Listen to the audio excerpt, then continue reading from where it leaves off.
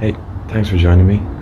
Today I'm looking at 3 ways that I use or have used fallen leaves in the garden. So I try and shred my leaves as best as possible before I begin. If you've got a lawnmower, that will help, but I use other methods. Leaf mold is basically leaves that have been gathered up and kept damp for a long period of time, during which fungi break it down. People use wire mesh to gather them up, but you can also use bags, is what I've used in the past.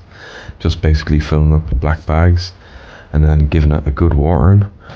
Make sure it's well watered and kept damp.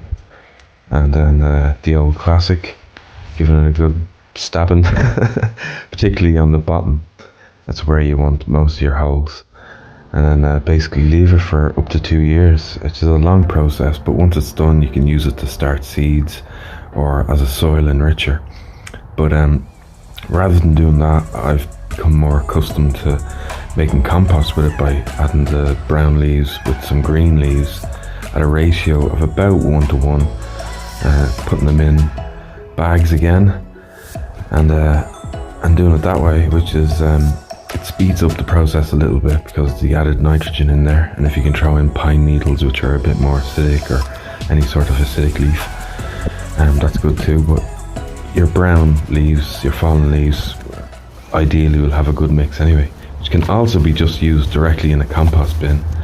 But my compost bin, my main one, is coming near its end. I just want to leave it now, so for that reason I'll be using the bag method and filling up the bags instead. And it's the same as before. It's just a ratio of 1 to 1, filling it up and then giving it a bit of water and piercing all up and down the sides and in the bottom, of course, and loosely tying it over and then leaving it. The mulching with the fallen leaves is a method that I still use. As you can see here, I'm using it to cover a bed for overwintering. Sometimes I'll add chop and dropped green and then brown over, and then add water to hold the whole thing down. And it can also be used around crops that are still growing as sort of an added barrier for warmth. But slugs and snails can kind of make a little home for themselves in there as well, so that's something to be wary of.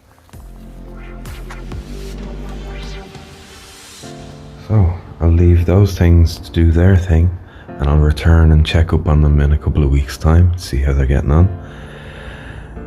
Until then, thank you very much for watching. I appreciate it. Take care. Slán.